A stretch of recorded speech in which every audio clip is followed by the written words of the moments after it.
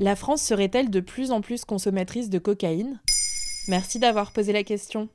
Le dimanche 19 février 2023, Gérald Darmanin, ministre de l'Intérieur, prenait la parole sur Twitter et annonçait qu'il souhaitait retirer immédiatement le permis de conduire aux automobilistes prenant leur voiture sous l'emprise d'alcool ou de drogue. Cette déclaration arrive une semaine après l'accident de la route meurtrier impliquant l'humoriste Pierre Palmade, qui conduisait alors qu'il avait consommé de la cocaïne.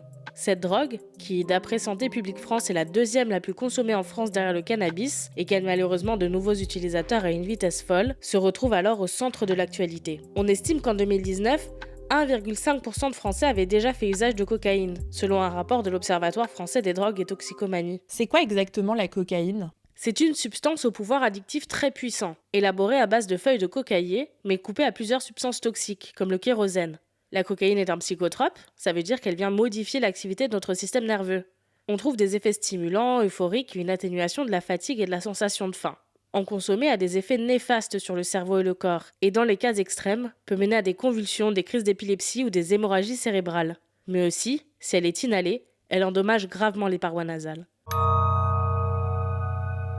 En 2021, les autorités ont saisi 26,5 tonnes de cocaïne, un chiffre qui a doublé en un an. Comment cela se fait-il ? La raison principale réside dans la circulation de la marchandise. Autrefois plutôt difficile à trouver, elle s'est démocratisée et le marché s'est développé même dans les petites villes de province.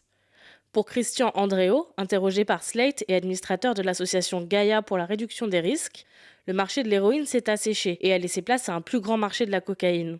Évidemment, s'il y a plus de produits en circulation, le prix baisse. Désormais, on trouve de la cocaïne à entre 50 et 70 € le gramme, soit 4 fois moins cher qu'il y a 30 ans. Cela fait que toutes les catégories socio-professionnelles peuvent en consommer plus régulièrement. Donc, il y a de plus en plus de consommateurs ? Pas tout à fait. Par exemple, le nombre de consommateurs de cocaïne chez les jeunes n'a pas vraiment bougé. Ce qui a changé, c'est plutôt le fait que des personnes qui en prenaient de manière ponctuelle ont transformé cet usage en usage régulier. Comme l'explique l'OFDT, Observatoire français des drogues et des tendances addictives pour Slate, la hausse de la consommation sur 20 ans peut traduire une installation des usages jusque-là occasionnels. Les usagers auparavant ponctuels consomment de manière plus régulière. Autrement dit, une fraction de la population aurait une consommation plus intense. Ainsi, il est compliqué de parler d'une hausse des consommateurs, plus que d'une hausse de la consommation en elle-même. Comment faire pour remédier à ce problème ? Les stigmas autour de l'addiction en France ont la vie dure. Mais n'oublions pas que c'est une vraie maladie, à traiter comme telle. Malheureusement, contrairement à l'héroïne, il n'existe pas de traitement de substitution à la cocaïne. Il faut donc miser sur la prévention, la réduction des risques et l'accompagnement lors du sevrage. Voilà en quoi la France serait de plus en plus consommatrice de cocaïne.